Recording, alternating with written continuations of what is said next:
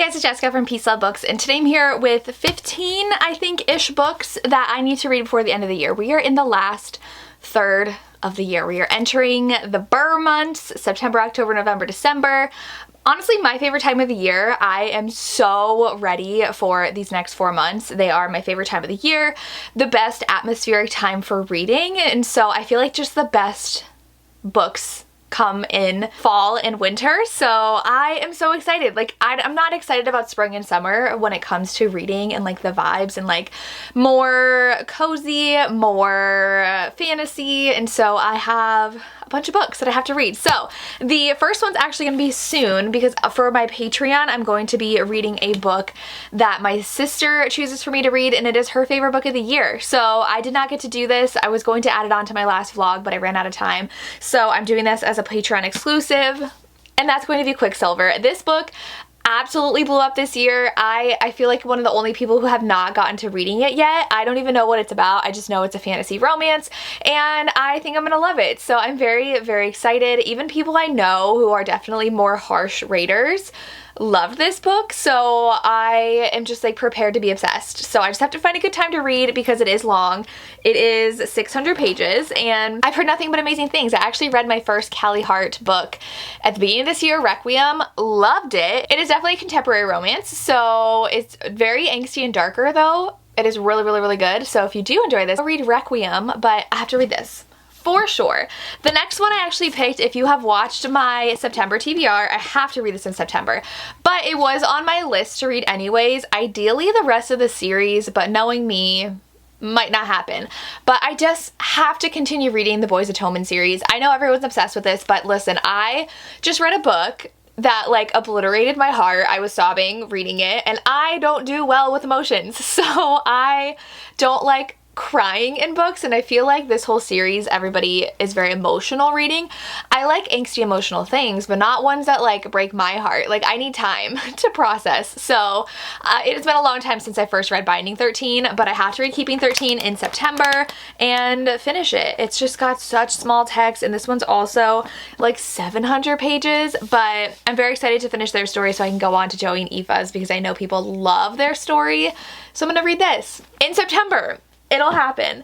Then I do want to explore more like cozy books as well, and this one just looks so cute, and I do know there's not a ton of, I don't know if I want to say plot to this. It is Can't Spell Treason Without Tea, and it's a sapphic cozy romance, and there's tea. I drink tea every day. I love tea. I actually drink like the same tea every single day, but I do like going to like tea houses and trying new teas, and this, it's so cute, and it has the sprayed edges. I actually got an ARC of the second one, which is Pirates, so I definitely want to read this. I don't even know what the plot is. So this says, run away with me. You like tea, I like books. Let's open a shop somewhere remote and forget the world exists. Like, why is that my life plan too? A tea shop bookstore with an inn attached? Literally my life plan. But this sounds adorable. I want to read it. So cozy is perfect for fall. The next is a favorite author of mine that I just did not get to reading her new release, and that is Our Little Secret by QB Tyler. I got this ARC when I was like flooded with ARCs, and I just didn't get around to it. And this one is a boss employee romance in Forbidden because he's married. So you know with QB, she's gonna bring the steam, she's gonna bring the Forbidden, so I definitely have to read this. This is why this is on the top of my TBR for the rest of the year. Next one I feel like has been on my TBR since it came out, and I think it was indie published first and then got republished, and book 2 is already out, and I don't know if book 3 is coming out soon, but this says it was, okay, published 2023 at the end of 2023, but it was self-published in 2022, and that's Dawn of Onyx. My sister read this and she said it felt like a lot like Outlander, specifically with Claire's character and how she uses a lot of like herbs and plants for healing, and in this one I believe she is kidnapped and then falls for someone else who is also kidnapped, like a prisoner. So I want to read all the fantasy in the fall and winter. So another fantasy for my TBR, and we will have more to come. The next one is because this author is such a favorite of mine, and I wish I read this when it came out because I feel like her other books are perfect for fall, but this one feels more springy summer, and that is A Novel Love Story by Ashley Poston. I know that Dead Romantics is like perfect for fall, and even the 7 Year Slip, but this one is more like she goes to this town that is a fictional town from her favorite romance series. So there's a grumpy bookstore owner. Okay, this kind of sounds cozy anyways, and it's got that like magical appeal to it, which I love in her books. So I have very high hopes, but I've been putting these books off. So like this one and Julie Soto's new one, which I'm gonna read in a couple weeks anyway, so I didn't include in this video, but like they are so hyped in my mind that I'm nervous getting to them, and I put off books I think I'll love. So I need to get to this soon because I just love her so much and I want to love it so much. So we'll see. We'll see. Then another one I've been putting off is The Art of Scandal by Regina Black. This one I actually have the audio for, and I don't know why I haven't read it yet. I just keep on getting other audio arcs and kind of pushing it back or having to read for videos. So this is one that's just slipped through the cracks. But this one is, I believe she realizes her husband was cheating on her. So they do get a divorce. And I think it's an age gap romance where the guy is younger and she starts, yeah, he's 26. And she, I guess, was a politician's wife before. And she's like in her 40s or late 30s and they have a relationship. So I saw this buzzing a lot, I think last year or the beginning of this year, and I'm really excited to get to it. So this did come out in 2023, but really want to read this as well. So I gotta get that audiobook back out because my hold had lapsed and read that one. Another newer release I haven't gotten to yet by another favorite author is Five Brothers by Penelope Douglas. The things I have seen about this book online, I'm so excited. So there are five brothers. I'm a little sad she didn't go like full wide choose on this one, but they're the brothers that were featured in Tristix Venom, which I love that book. And so this one are brothers and our heroine, and she does, I believe, have relations with all five brothers. I don't know if any of it's at the same time, but she does only end up with one.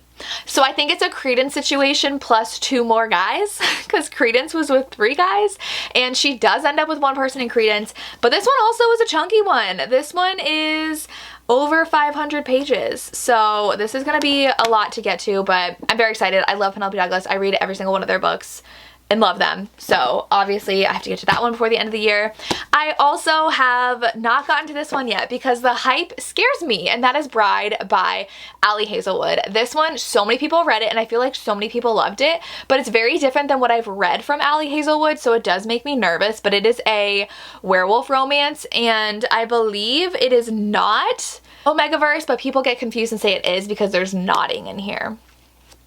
So I'm very excited. I did end up reading the Lotta Ferguson one that had come out, The Fake Mate, around the same time, and I did really enjoy that one, so I do want to read this. I actually had started this on audio, but it was just very hard to focus and pay attention to because I need to really be able to give 100% of my brain space to different worlds when they're in romance novels. And so this one was like a new like society and like characters and just paranormal, and so I could not continue listening to the audiobook. I need to be able to like focus and read instead of like listen and do things while I listen, which is so easier for me to do with contemporary. So I'm gonna read this physically. I have to, and I can't wait. I think I'm gonna love it, but we'll see. And then another one that just like every time I see it, I'm like, this looks like it has me written all over it, especially their new book. Their new book I'm reading ASAP, like immediately, but that is Falling for Meadow by Kelson Denise Stone. Their new one is a soccer player and a knitting influencer. I love soccer. I mainly watch women's soccer, but I do love professional soccer, and I knit and crochet. So like, that's me written all over it. But this one's in Scotland and it's a second chance. I believe they were supposed to leave together in the past because they were in love, and then she doesn't show, and so he leaves and then he comes back for her brother's funeral, who was his best friend.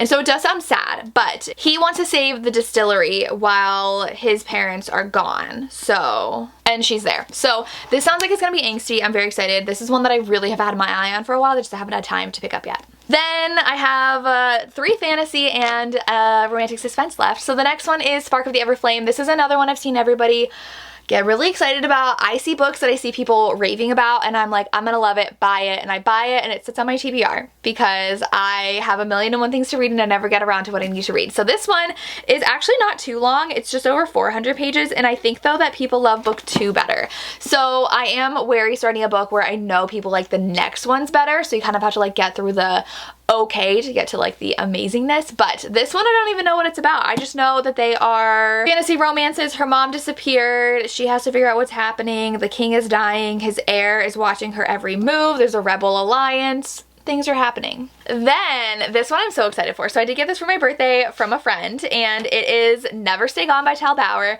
Tal Bauer is amazing. I love his book so much, and the one that I read last year, The Rest of the Story, was one of my favorite books of the year last year. This one has suspense in it. So at A Second Chance, we have two heroes. So 13 years ago, they fell in love, and one afternoon shattered their love story, so they were brokenhearted, they left, but they are rangers, as in like Texas Rangers.